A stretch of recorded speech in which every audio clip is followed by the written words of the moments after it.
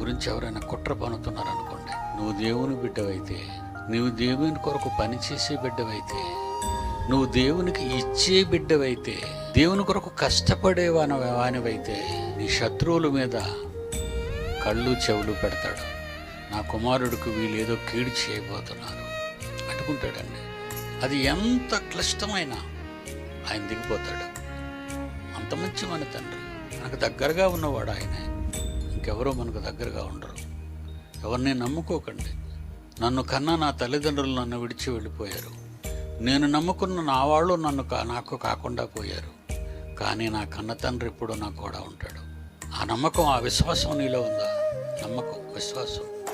ఏదో మాటలు చెప్పేయటం, ప్రార్థనలు చేసేయటం, ఏదో 4 పాటలు పాడేయటం కాదండి. నీ మనస్సు ఆయనకి ఎంత దగ్గరగా ఉంది, నీ ఆలోచనలు ఆయనకి ఎంత దగ్గరగా ఉన్నాయి.